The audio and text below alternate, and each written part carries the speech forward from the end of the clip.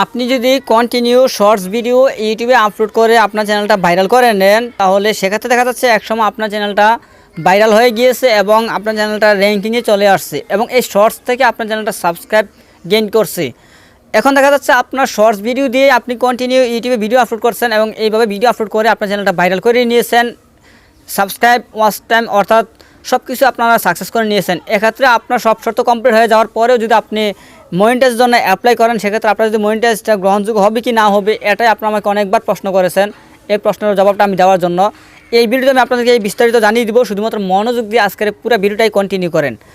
Friends, আপনারা আমার এখানে দেখতে পাচ্ছেন আমি শর্টস ভিডিও দেখতেছি এবং এখানে আমরা শর্টস ভিডিও আপলোড করি। আর এই শর্টসের উপরে ইউটিউব অনেক গুরুত্ব দিয়েছে এবং অনেক নজর দিয়েছে। আগে এটা ছিল না, এখন বর্তমানে ইউটিউব বেশি শর্টসের উপরে নজর দিচ্ছে, কারণ আপনাদেরকে সহজ করে দিয়েছে। আপনার চ্যানেলটা ভাইরাল করানোর জন্য, আপনার চ্যানেলটা র্যাঙ্কিংয়ে নিয়ে আসার জন্য একটা সহজ ওয়ে দিয়েছে, একটা উপায় দিয়েছে শর্টস।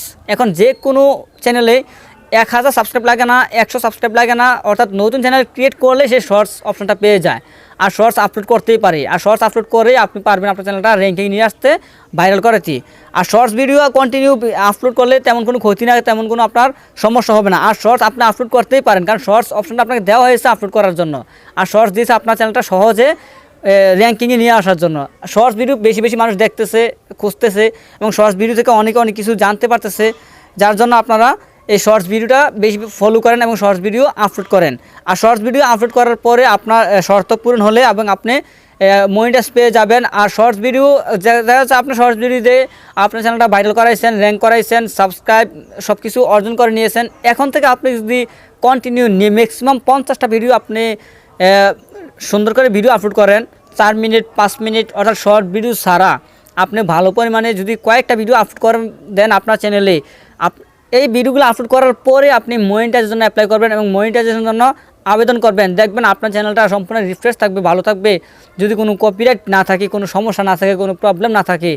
আর আপনার যদি 50টা 30টা ভিডিও থাকে আপনার চ্যানেলে, 5 মিনিটের 3 মিনিটের অর্থাৎ বড় ধরনের ভিডিও থাকে, শর্ট ভিডিও ছাড়া অন্যান্য ভিডিওগুলো থাকলে ওই ভিডিওগুলাই রিভিউ করবে এবং ওই ভিডিওগুলাই দেখবে।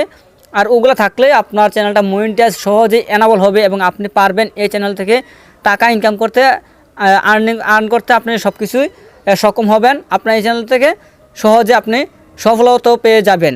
আর শর্টস ভিডিও তেমন কোনো সমস্যাও না, কারণ শর্টস তো আমাদেরকে দিয়েছে সহজ করার জন্য।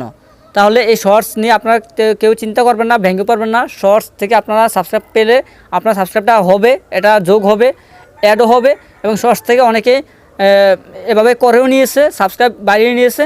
আপনারা কন্টিনিউ ইউটিউবে শর্টস আপলোড দেন, তেমন কোনো প্রবলেম না।